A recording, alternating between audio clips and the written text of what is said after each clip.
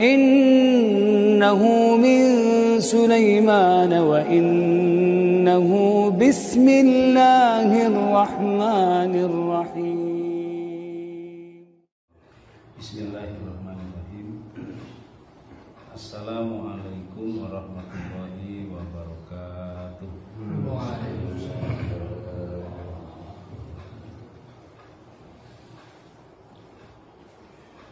Alhamdulillah, alhamdulillahi rabbil alamin, wa bihi nasta'inu ala umuri dunya waddin.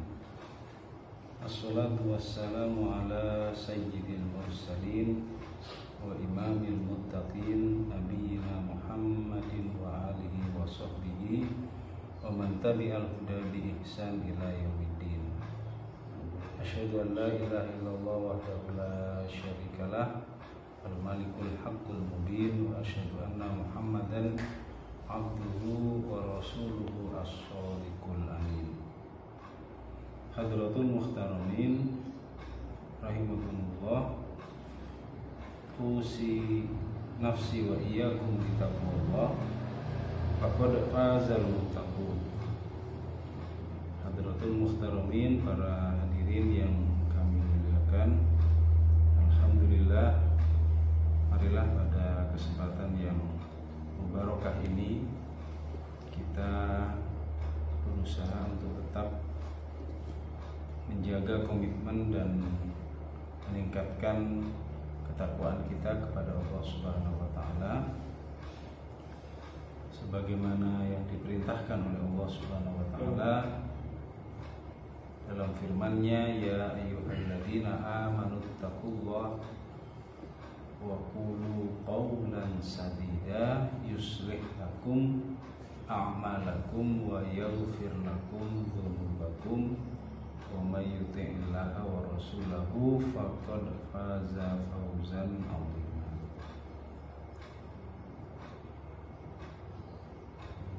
Wahai sekalian orang-orang yang beriman, demikian Allah berfirman, hendaklah kalian bertakwa kepada Allah, wa qulu qawlan sadida, dan hendaklah senantiasa mengucapkan perkataan-perkataan yang benar. Yuslih lakum a'malakum, maka Allah Subhanahu wa taala akan memperbaiki kualitas dari amal-amal shalih kalian. Wa yaghfir lakum dzunubakum, dan akan mengampuni untuk kalian dosa-dosa kalian. Wa may yuti'illah wa rasulahu, maka siapa saja yang mentaati Allah dan Rasulnya, faqad faza fawzan 'azima, maka sungguh dia mendapatkan suatu kemenangan yang nyata. Ayat ini memerintahkan kepada kita sebagai hamba Allah Subhanahu wa taala untuk senantiasa menjaga komitmen ketakwaan kita kepada Allah Subhanahu wa taala dan selalu menjaga kualitas pembicaraan kita. Wa qulu qawlan sadida, dan hendaklah kalian, kata Allah, mengucapkan perkataan-perkataan yang benar, qawlan sadida, perkataan-perkataan yang berat atau perkataan-perkataan yang benar, atau perkataan-perkataan yang dalam pandangan beberapa ahli tafsir itu mengandung konsekuensi berat. Maksudnya perkataan tersebut bisa jadi perkataan yang memang tidak disukai oleh manusia,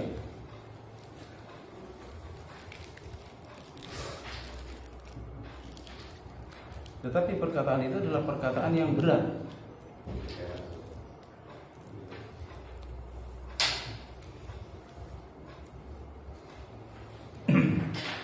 Maka kata Allah, siapa saja yang demikian, Allah akan menjaga amal-amal perbuatan kita akan dijaga oleh Allah Subhanahu wa taala dari ketergelinciran amal.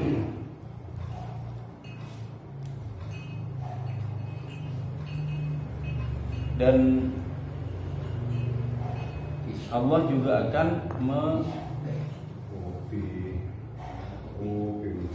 mengampuni semua dosa dan kesalahan kita.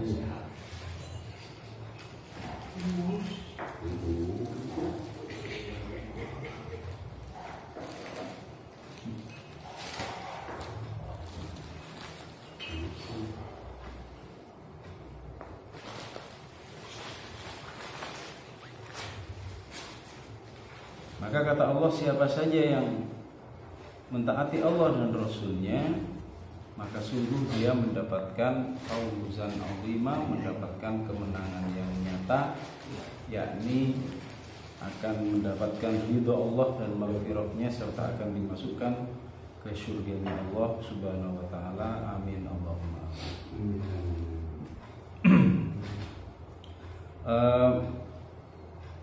Salawat dan salam tentu kita haturkan senantiasa kepada junjungan kita baginda Nabi Muhammad SAW beserta keluarga serta para sahabatnya, dan mudah-mudahan kita juga akan dicatat oleh Allah Subhanahu wa taala sebagai pengikutnya baginda Nabi Muhammad SAW yang berusaha meneladani beliau dengan benar.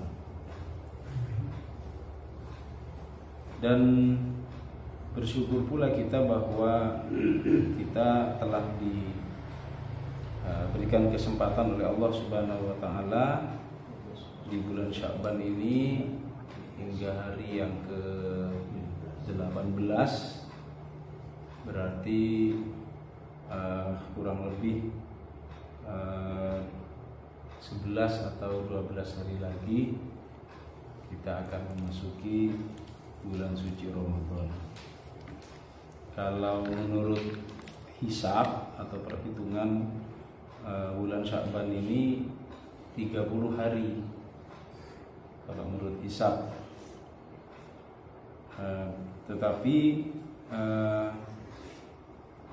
syariat telah memerintahkan kepada umat Islam, Allah memerintah berbagai keterangan di dalam hadis menyebutkan bahwa ketika sudah masuk tanggal 29 Sya'ban itu umat Islam diperintahkan untuk mulai meru'yat hilal Ramadan. Yang apabila hilal Ramadan itu kemudian terlihat, maka berarti Ramadan akan dimulai pada hari Senin tanggal 11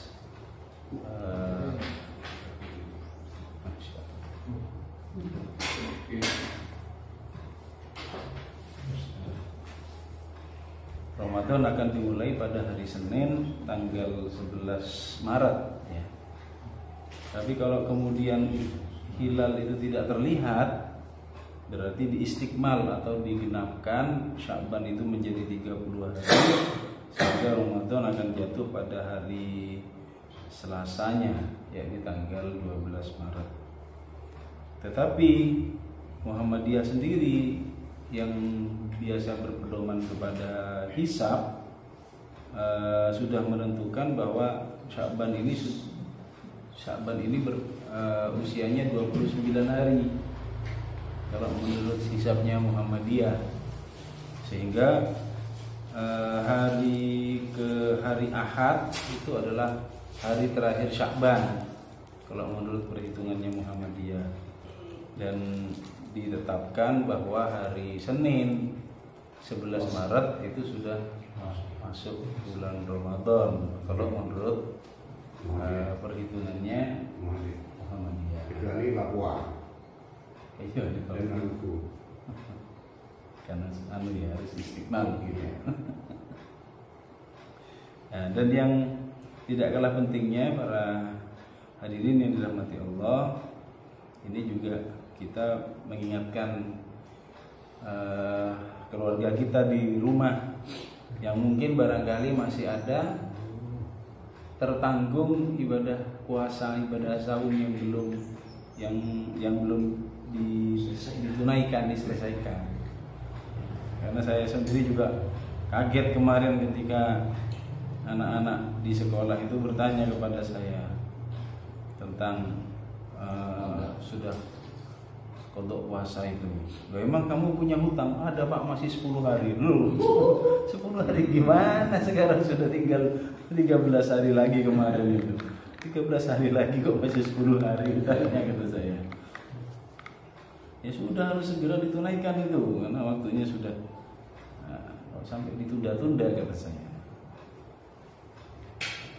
Termasuk juga memang yang juga tidak kalah pentingnya adalah seperti saya ketika mengingatkan anak-anak bahwa di sekolah ya, bahwa ibadah saum atau ibadah puasa Ramadan yang kita tunaikan itu tentu akan bernilai bagi kita dan di sisi Allah Subhanahu wa taala ketika syaratnya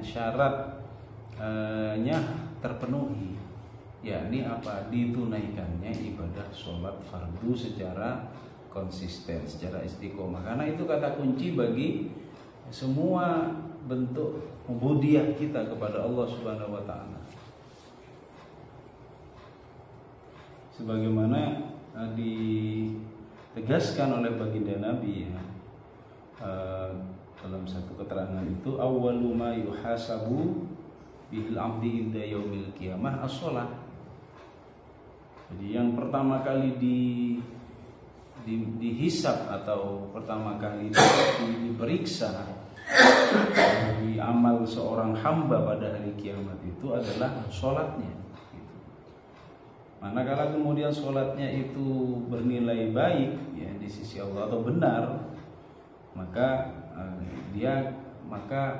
ibadah-ibadah yang lain itu juga akan mengikuti. Yang menjadi kata kunci. Termasuk juga disebutkan dalam keterangan yang lain, as-sholatu imaduddin. Ya, sholat itu adalah pilarnya agama Islam.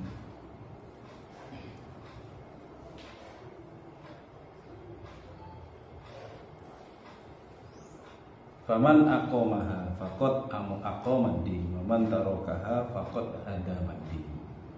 Siapa yang melaksanakan sholat itu, maka sungguh dia telah menegakkan agama itu pada dirinya, agama Islam pada dirinya. Wa man tarakaha, dan siapa saja yang meninggalkan sholat itu faqad hadamad-din, maka sungguh dia telah menghancurkan agama Islam itu pada dirinya. Sehingga fokus perhatian kita itu juga jangan sampai ketika kita memperhatikan kewajiban untuk mengqadha puasa yang tidak ditunaikan, mungkin bagi keluarga kita atau terutama anak perempuan, terutama ahli kita atau keluarga kita yang perempuan ya, istri atau anak perempuan kita. Mereka kan biasanya juga memperhatikan betul puasa ya, atau saum Ramadan yang tertanggung yang harus ditunaikan atau harus diqadha sebelum Ramadan tiba. Nah, yang juga bagi kaum perempuan ini yang mereka itu banyak lalai, itu adalah pada qadha sholat, hutang sholat yang tertanggung. Salah satunya misalnya begini, ketika seorang perempuan misalnya dia menunda kewajiban sholatnya ketika sudah masuk waktu, misalnya adzan zuhur dia sudah masuk waktu, seperti saya mencontohkan kepada anak-anak di sekolah itu, adzan zuhur itu sudah masuk waktu, sementara tidak melaksanakan sholat zuhur karena ada pelajaran. Nah, ketika sudah sampai jam 1 pulang ke rumah, dia berniat sholat zuhur di rumah. Nah, ketika sampai di rumah dia mau sholat zuhur, ternyata dia merasa dia datang bulan, dia haid. Nah, sehingga dia tidak bisa sholat. Nah, maka secara syariat dia dihukumi punya tanggungan sholat zuhur. Karena ada waktu zuhur yang terlewatkan, yang dia tidak melaksanakan sholatnya. Nah, ini ternyata saya coba ketika tanya konfirmasi ke murid-murid saya itu, mereka banyak tidak paham. Jadi salah satunya mereka menganggap kalau sudah mau sholat, kemudian mereka merasa berhalangan, mereka tidak sholat. Padahal itu bisa jadi mereka memiliki hutang sholat itu atau tanggungan sholat itu. Kalau mereka melewatkan waktu awal sholatnya itu, ya, hingga beberapa waktu sampai kemudian baru mereka akan menunaikan sholat dan merasa ada halangan dalam sholatnya. Tapi kalau mereka sudah terbiasa melaksanakan di awal waktu, adzan zuhur mau melaksanakan apakah berjamaah di masjid, musola atau di rumah, sudah terbiasa begitu, lalu dia merasa berhalangan, maka dia tidak dianggap memiliki memiliki sholat yang tertanggung yang harus ditunaikan. Nah, ini yang juga kita perlu ingatkan kepada keluarga kita di rumah, baik istri maupun anak-anak perempuan kita itu, khawatir mereka kurang kurang perhatian terhadap urusan sholat ini yang ini kemudian menjadi tertanggung, ya, dan kita sebagai imam atau sebagai kepala keluarga tentu punya kewajiban juga secara syariat itu untuk senantiasa memperhatikan urusan dari ibadah keluarga kita. Sebab kita sebagai suami tentu yang akan ditanya perihal kualitas atau perihal ibadah dan ketaatan keluarga kita di rumah oleh Allah Subhanahu wa taala. Demikian para hadirin yang dirahmati Allah. Kemudian yang terkait dengan persiapan, ya, sebelum kita memasuki bulan suci Ramadan, beberapa hal yang lain yang mungkin terlewatkan nanti bisa kita diskusikan. Kita masuk terlebih dahulu kepada pembahasan tentang ayat ke 111 dari surah Al-Baqarah. Di dalam ayat ini Allah Subhanahu wa taala berfirman,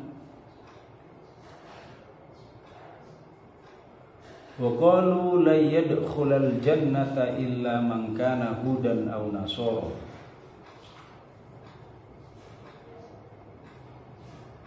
Tilka amaniyuhum qul hatu burhanakum in kuntum shadiqin.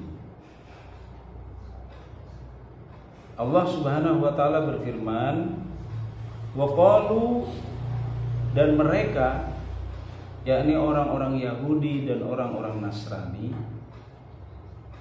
mereka berkata, la yadkhulal jannata, tidak akan pernah masuk ke dalam surga, illa man kana hudan aw nasara, kecuali orang-orang Yahudi atau orang-orang Nasrani.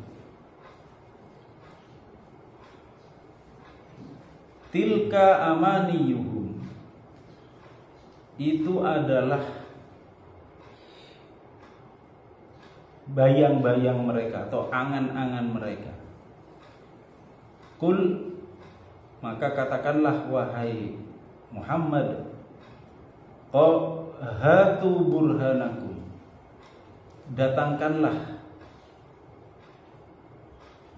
bukti-bukti kalian, in kuntum shadiqin, kalau kalian adalah orang-orang yang benar. Nah, di dalam ayat ini Allah Subhanahu wa taala menginformasikan, ya, mengenai adanya suatu momen di mana orang-orang Yahudi orang-orang Yahudi Madinah di masa baginda Nabi Muhammad SAW dan orang-orang Nasrani dari suku Najran yang tinggal di seputar Madinah, mereka saling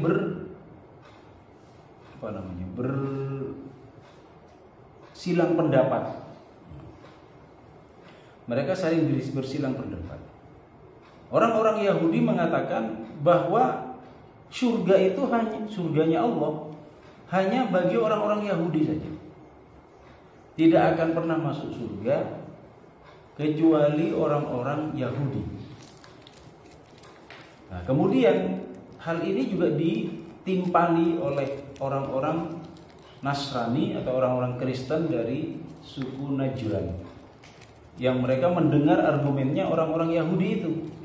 Mereka juga mengatakan bahwa mereka menimpali bahwa sebenarnya justru surganya Allah itu tidak akan pernah dimasuki atau tidak akan pernah bisa masuk surganya Allah kecuali orang-orang Nasrani.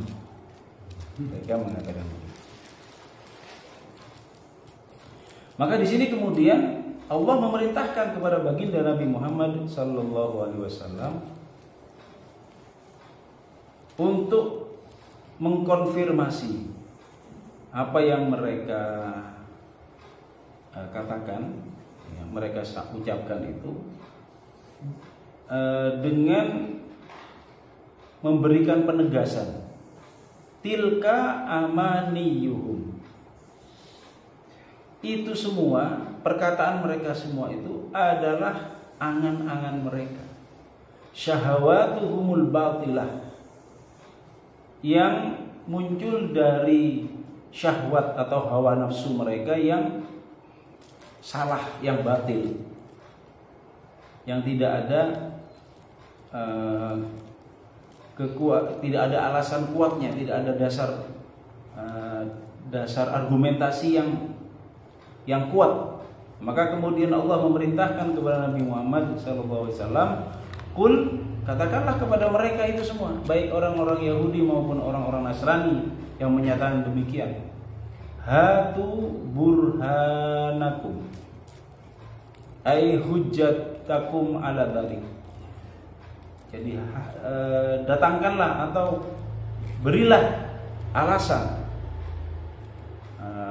apa yang membuat kalian mengatakan demikian.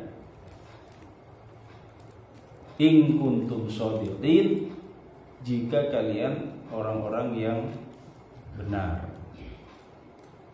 Nah, ini Allah memerintahkan baginda Nabi itu untuk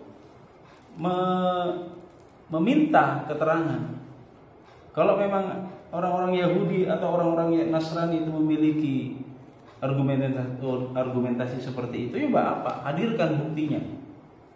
Hadirkan buktinya. Karena mereka sesungguhnya di dalam pandangannya Allah Subhanahu wa taala, mereka adalah orang-orang yang telah tersesat. Dan mereka adalah orang-orang yang dimurkai oleh Allah Subhanahu wa taala. Mengapa? Karena mereka semua itu, yakni dari kalangan orang-orang Yahudi dan orang-orang Nasrani, mereka semuanya itu mereka telah mengubah-ubah. Mereka telah mengacak-ngacak, mengubah semua apa yang telah diturunkan oleh Allah Subhanahu wa taala kepada dari risalah yang disampaikan kepada para nabi sebelum baginda Nabi Muhammad sallallahu alaihi wasallam, yakni kepada Nabi Musa yang diklaim oleh orang-orang Yahudi mereka mengikuti Nabi Musa itu, dan kepada Nabi Isa yang diklaim oleh orang-orang Nasrani bahwa mereka adalah pengikutnya Nabi Isa alaihissalam. Karena Allah sendiri telah menegaskan bahwa mereka justru dengan diutusnya baginda Nabi Muhammad sallallahu alaihi wasallam itu mengkonfirmasi akan kesesatan dan penyimpangan-penyimpangan yang ada pada agama-agama Yahudi maupun Nasrani itu. ketika Nabiullah Isa alaihi salam diutus oleh Allah Subhanahu wa taala, maka itu mengkonfirmasi adanya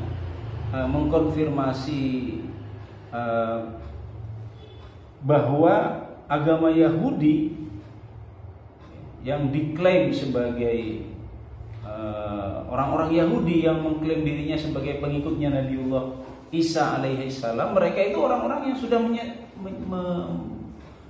menyimpang dari ajarannya Nabi Musa alaihi salam. Maka kemudian Allah mengutus Nabiullah Isa alaihi salam untuk meluruskan kembali ajaran tauhid yang dahulunya dibawa oleh Nabiullah Musa.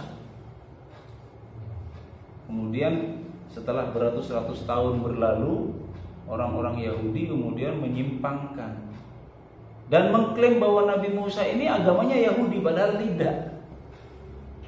Bahkan Waalaikumsalam warahmatullahi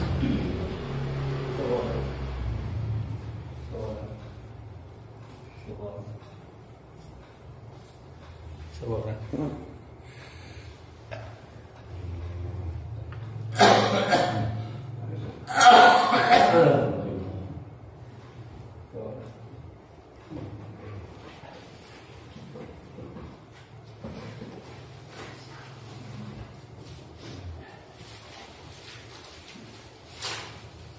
Bahkan mereka dengan secara berlebihan, bahkan kalau mau dikatakan kurang ajar juga, mereka mengatakan Nabiullah Ibrahim itu adalah orang Yahudi. Nah, ini yang kemudian oleh Allah Subhanahu wa taala dibantah ya, bahwasanya seluruh nabi dan rasul itu mereka adalah kaum muslimin. Ini orang-orang yang mereka telah tunduk berserah diri kepada Allah Subhanahu wa taala. Bukan dari kalangan orang-orang Yahudi, bukan pula dari kalangan orang-orang Nasrani yang mereka telah menyimpang dari risalah yang benar yang telah diturunkan oleh Allah Subhanahu wa taala kepada para nabi-nabi sebelum diutusnya baginda Nabi Muhammad sallallahu alaihi wasallam. Dan ini dipertegas lagi oleh Allah Subhanahu wa taala pada ayat berikutnya, yakni ayat ke-112. Dalam ayat tersebut Allah berfirman, "Bala man aslama wajhahu lillahi wa huwa muhsinun falahu ajruhu 'inda rabbih wala khaufun 'alaihim wala hum yahzanun." Bala ya, bahkan kata Allah Subhanahu wa taala, yadkhulul jannata, bahkan yang akan masuk surga itu bukan dari kalangan mereka. Kata Allah, yadkhulul jannata ghairuhum man aslama wajhahu lillahi. Siapa saja yang aslama ini bermakna tunduk, patuh, berserah diri. Dan aslama ini yang menjadi makna secara bahasa dari kata Islam. Jadi Islam itu al-Islam, yakni agama Islam. Istilah Islam itu diambil dari kata aslama. Kalau bahasanya itu aslama yuslimu islaman. Jadi artinya tunduk atau patuh, atau berserah diri. Ini pengertian secara bahasa yang benar dari Islam. Jadi bukan damai, bukan selamat. Karena kalau damai atau selamat itu salaman. Ya. Jadi beda pengertian dengan aslama. Ya. Di sini Allah menggunakan kata aslama. Man aslama wajhahu lillahi. Disebutkan di sini barang siapa yang tunduk, patuh, pasrah wajhahu, menundukkan wajahnya, atau artinya man aslama wajhahu, barang siapa yang menundukkan wajahnya, dalam pengertian ai inqadu li amrihi wa khassal wajhu li'annahu asyraful a'dha'i fa ghairuhu aula. Di sini Imam Asyuyuti menyatakan ai inqadu, jadi aslama wajhahu ini menundukkan wajahnya, itu artinya tunduk pasrah li amrihi, kepada perintahnya Allah Subhanahu wa taala. Wa khassal wajhahu, mengapa Allah itu menyebut kata wajahnya? Barang siapa yang menundukkan wajahnya, Allah mengatakan kan demikian, barang siapa yang menundukkan wajahnya kepada Allah, itu maksudnya di sini wajah itu disebut li'annahu asyraful a'dha. Wajah itu adalah bahagian tubuh manusia yang paling agung, yang paling mulia. Jadi maksudnya demikian. Kalau Allah menyebut wajah, wajahnya sudah ditundukkan kepada Allah, itu maksudnya seluruh dirinya itu sudah tunduk patuh kepada Allah. Tunduk patuh kepada Allah. Maka siapa saja yang dia tunduk patuh kepada Allah, itu maksudnya demikian. Wa huwa muhsinun, dan dia telah melakukan, atau dia orang-orang yang berbuat kebaikan. Falahu ajruhu 'inda rabbih, maka dia akan mendapatkan pahalanya di sisi Tuhannya. Ai thawabun amaluhul jannah. Jadi dia akan mendapatkan pahala dari semua aktivitasnya itu yang berupa surga. Wala khaufun 'alaihim wala hum yahzanun, dan dia tidak akan ada kekhawatiran atas dirinya, dan dia juga tidak ada kesedihan, tidak akan bersedih, ya, tidak akan ada kekhawatiran, tidak akan ada kesedihan. Jadi Allah di sini bermaksud menepis, ya, anggapannya orang-orang Yahudi dan orang-orang Nasrani yang mereka mengklaim surga itu hanya untuk orang-orang Yahudi.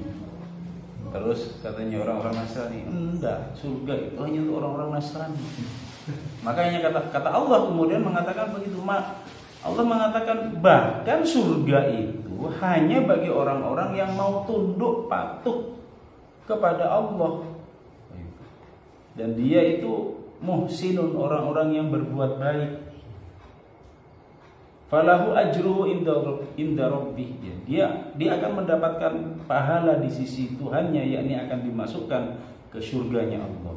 Wala khaufun alaihim, dia tidak ada kekhawatiran, tidak ada kesedihan pada dirinya.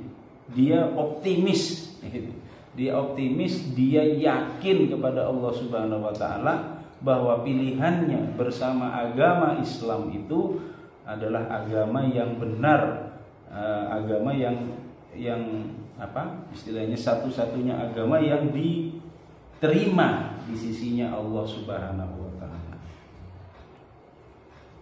Sebagaimana Allah tegaskan di dalam firman-Nya, innad-dina indallahil Islam. Allah menyebut Islam itu secara letterlet, secara jelas. Innad-dina, sungguh agama yang diterima indallah, di sisinya Allah, atau agama yang diakui di sisinya Allah itu adalah Islam. Innad-dina indallahil Islam. Ya, firman Allah di dalam Al-Qur'an bahwa sungguh agama yang diakui atau agama yang diterima di sisinya Allah Subhanahu wa taala adalah al-Islam. Apa itu al-Islam? Secara bahasa, makna Islam itu adalah aslama, yakni al-inqadhu li amrihi, yakni menundukkan atau pasrah, ya, memasrahkan dirinya kepada Allah, yakni tunduk terikat patuh kepada perintah-perintahnya Allah Subhanahu wa taala. Ini secara bahasa. Secara bahasa. Kalau secara istilah, karena dalam bahasa Arab itu bisa jadi suatu lafaz atau suatu kata itu memiliki pengertian secara bahasa, memiliki pengertian secara istilah atau secara hukum, juga memiliki pengertian secara adat kebiasaan. Seperti sholat. Sholat ini kalau secara bahasa bermakna doa. Bermakna doa. Seperti sholawat, itu maknanya doa secara bahasa.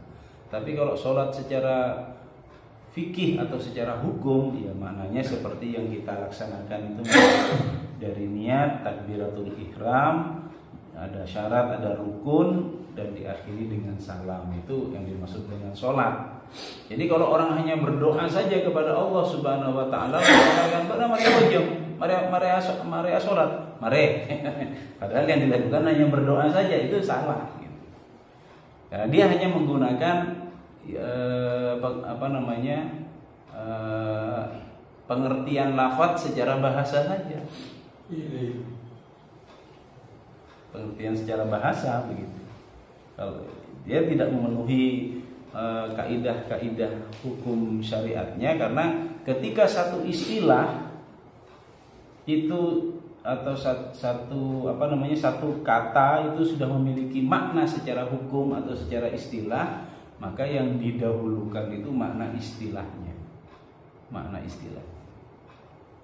Jadi ketika misalnya dikatakan bahwa inna dina 'indallahil Islam, sesungguhnya agama yang diterima di sisi Allah itu adalah Islam, maka Islam ini tidak dipahami secara pengertian bahasanya, yakni yang pasrah berserah diri ini, tetapi dipahami dari pengertian istilahnya, yakni agama yang telah diturunkan oleh Allah Subhanahu wa taala kepada baginda Nabi Muhammad sallallahu alaihi wasallam untuk mengatur dengan risalahnya yang kafah tadi, yang sempurna, mengatur bagaimana manusia berinteraksi dengan Allah, bagaimana manusia mengatur urusan pribadinya, dan bagaimana manusia menjalankan hubungannya dengan manusia yang lain. Itu pengertian secara istilah. Karena itu tidak bisa dikatakan yang penting orang itu sudah mau memasrahkan dirinya. Pasrah, ada kepasrahan dirinya hanya kepada Allah, dirinya pasrah kepada Allah. Lalu bisa dikatakan dia muslim? Tidak cukup hanya memasrahkan dirinya kepada Allah. Karena itu hanya pengertian secara bahasa saja dari Islam. Pengertian secara bahasa dari Islam.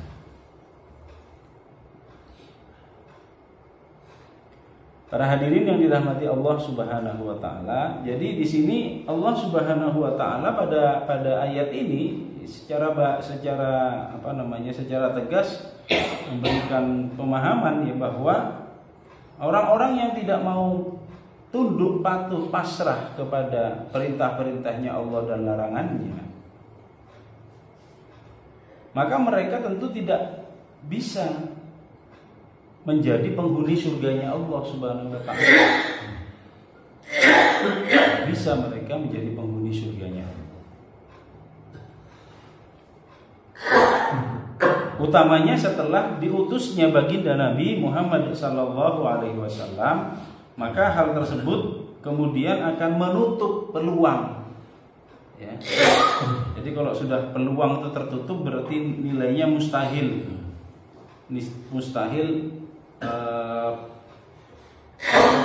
Peluang itu dimiliki oleh orang-orang yang sudah tertutup, yakni mereka tidak punya kesempatan lagi atau mustahil untuk bisa memasuki surganya Allah Subhanahu wa taala. Kenapa? Karena mereka ketika mereka sudah tidak mau tunduk patuh kepada Allah dalam apa yang telah diturunkan oleh Allah sebagai risalah yang terakhir, dan risalah ini sebagai penghapus atas seluruh risalah-risalah sebelumnya. Jadi ketika Allah Subhanahu wa taala mengutus Nabi Muhammad sallallahu alaihi wasallam membawa risalah Islam ini artinya sudah dia sebagai penghapus atas semua risalah yang diturunkan Allah sebelumnya. Risalah yang Allah turunkan sebelumnya kepada nabi-nabi sebelum Nabi Muhammad SAW itu dinyatakan tidak berlaku lagi, karena sudah ada risalah yang terbaru, ya sudah dinasah, artinya sudah dihapus dengan diturunkannya risalah Islam yang dibawa oleh baginda Nabi Muhammad SAW. Meskipun ada beberapa syariat yang dinyatakan syariat itu telah ada sebelum baginda Nabi, bukan berarti kemudian syariat itu mencontoh atau mengikuti kepada syariat sebelum baginda Nabi. Misalnya tentang syariat haji. Syariat haji ini telah disyariatkan oleh Allah Subhanahu wa taala bahkan pada saat Nabiullah Ibrahim alaihi salam. Ketika Nabiullah Ibrahim membangun Ka'bah, Nabiullah Ibrahim juga mensyaratkan atau memerintahkan Nabiullah Ibrahim untuk melaksanakan ibadah haji. Ada tawaf, ada sa'i, itu ada melempar jumroh, itu ada kemudian menyembelih hewan kurban. Itu sudah ada pada masanya Nabiullah Ibrahim. Nah, ketika Nabi Muhammad SAW diutus dan Allah memerintahkan Nabi Muhammad untuk melaksanakan ibadah haji, maka ibadah haji itu tidak disebut mengikuti syariatnya Nabi Ibrahim, tetapi Allah lah yang memerintahkan Nabi Muhammad untuk melaksanakan atau untuk menyampaikan kepada kepada kaum muslimin diwajibkannya ibadah haji. Sehingga kita mengikuti ibadah haji itu bukan karena mengikuti Nabi Ibrahim, tapi karena mengikuti Nabi Muhammad SAW di dalam pelaksanaan ibadah hajinya. Ketika itu ada pada syariat Nabi sebelumnya tapi tidak dilakukan oleh Nabi Muhammad, itu berarti memang bahwa Allah itu telah menjadikan risalah nabi-nabi yang ada sebelumnya itu sudah dinasah, sudah dihapus oleh Allah Subhanahu wa taala. Dan Allah kemudian menjadikan bahwa Nabi Muhammad SAW itu adalah nabi dan utusan Allah yang terakhir yang membawa risalah Allah secara sempurna, secara menyeluruh, secara kafah istilahnya. Dalam surah Al-Maidah itu Allah menegaskan, al-yauma akmaltu lakum dinukum wa atmamtu alaikum ni'mati wa raditu lakumul islam dinan. Al-yauma, ya pada hari ini, yakni pada hari diturunkannya wahyu tersebut, Allah menurunkan wahyu itu, ayat tersebut ada mufassir yang menyatakan pada masa Nabi melakukan haji yang terakhir kalinya. Pada masa Nabi Muhammad SAW itu melakukan ibadah haji yang terakhir kalinya, Allah menurunkan ayat tersebut. Pada hari ini telah aku sempurnakan buat kalian, al-yauma akmaltu lakum din. Buat kalian, agama kalian itu sudah Allah sempurnakan. Wa atmamtu alaikum ni'mati. Dan juga nikmat dari Allah sudah disempurnakan buat kalian. Wa raditu lakumul islam dinan, dan aku telah meridhoi, kata Allah, bagi kalian itu agama Islam. Nah, ayat ini kemudian juga memberikan penegasan mengenai bahwa hanya Islamlah yang diterima di sisi Allah. Agama-agama yang lain itu tidak mendapatkan tempat di sisinya Allah Subhanahu wa taala. Apalagi kemudian mendapatkan ridho dan ampunannya serta maghfirahnya. Makanya kemudian di dalam surah Al-Kahfi Allah menyatakan agama-agama yang lain selain Islam itu tidak akan dihisap nanti. Para pemeluk-pemeluknya tidak akan dimintai pertanggungan jawab. Tidak akan diperiksa amal-amal mereka oleh Allah. Jadi kalau sudah mereka tidak akan dipanggil satu persatu sudah.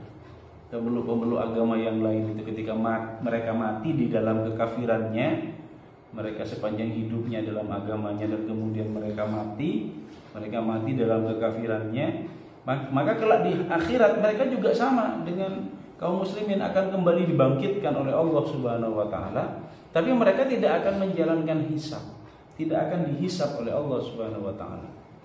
Karena Allah menjadikan landasan keimanan itu pada setiap orang itu sebagai dasar.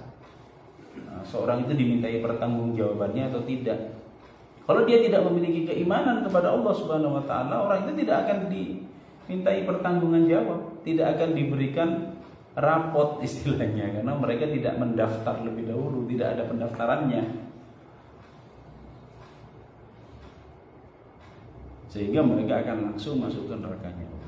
Nah, di dalam surah Al-Bayyinah itu kan ditegaskan bahwa orang-orang kafir itu ada dua jenis ya, kafir ahli kitab dengan kafir musyrik.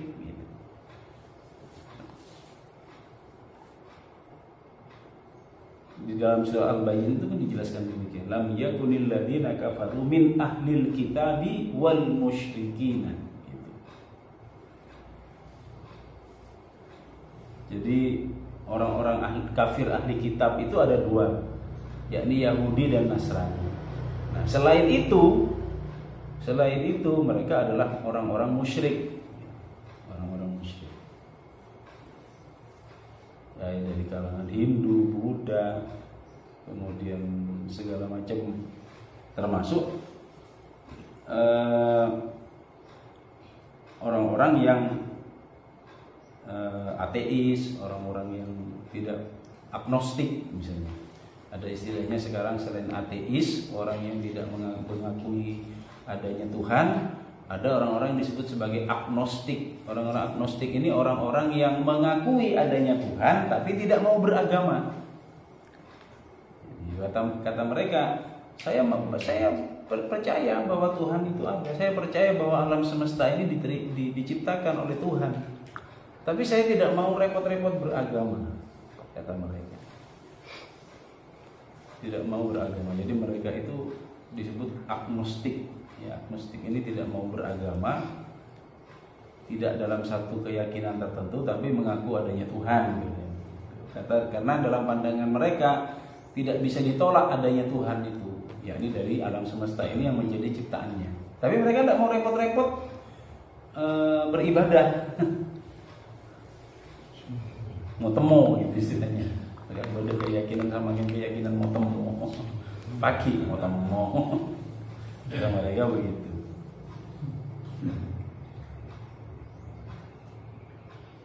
Nah, demikian para bapak sekalian yang dirahmati Allah Subhanahu wa taala, dari kedua ayat ini memberikan penegasan kepada kita bahwasanya Allah Subhanahu wa taala tidak mengakui agama-agama atau pemeluk-pemeluk agama selain Islam itu sebagai pembawa kebenaran. Karena itulah maka kemudian kaum muslimin tentu tidak diperkenankan, tidak diperbolehkan untuk mencari kebenaran itu dari selain Islam. Karena bagi Allah Subhanahu wa taala itu kebenaran itu sudah hanya ada pada Islam, hanya tidak ada pada kebenaran risalah, maksudnya ya, kebenaran risalah. Karena nilai kebenaran itu bisa jadi ada pada misalnya bidang-bidang yang tidak berkaitan dengan risalah. Seperti bidang akademik. Bidang akademik ilmu pengetahuan, matematika, IPA, IP, kemudian sains, teknologi, ini bukan nilai kebenaran di situ yang dimaksud dengan kebenaran yang diakui di sisi Allah. Kalau itu kebenarannya bersifat akademik, ya. Kebenaran bersifat akademik. Yang dimaksud di sini adalah kebenaran menemukan nilai-nilai dan aturan-aturan hidup, gitu. Yang itu hanya ada pada Islam saja. Kalau pada agama yang lain itu tidak akan disebut kebenaran, karena kebenaran itu Allah menjadikan dasarnya harus dasar iman. Kalau tidak atas dasar iman, maka itu tidak akan bisa disebut sebagai kebenaran. Itu yang dinyatakan oleh Allah di dalam surah Al-Kahfi. Dalam surah Al-Kahfi itu Allah menyatakan, "Qul hal nunabbi'ukum bil akhsarina a'mala alladzina dhalla sa'yuhum fil hayatid dunya wa hum yahsabuna annahum yuhsinuna sun'a. Ulaika alladzina kafaru bi ayati rabbihim wa liqa'ihi fahabitat a'maluhum falanuqimu lahum yawmal qiyamati wazna." Katakanlah wahai Nabi Muhammad, aku akan sampaikan kepada kalian, aku akan informasikan kepada kalian orang-orang yang paling merugi dalam kehidupannya di dunia. Orang-orang yang paling merugi, yakni orang-orang yang mereka sudah merasa bahwa mereka di dunia itu sudah menjalankan hidup itu, menjalankan kehidupannya dengan sebaik-baiknya. Mereka sudah merasa dalam kehidupan di dunia itu sudah menjadi orang baik, menjalani semua aktivitas secara baik.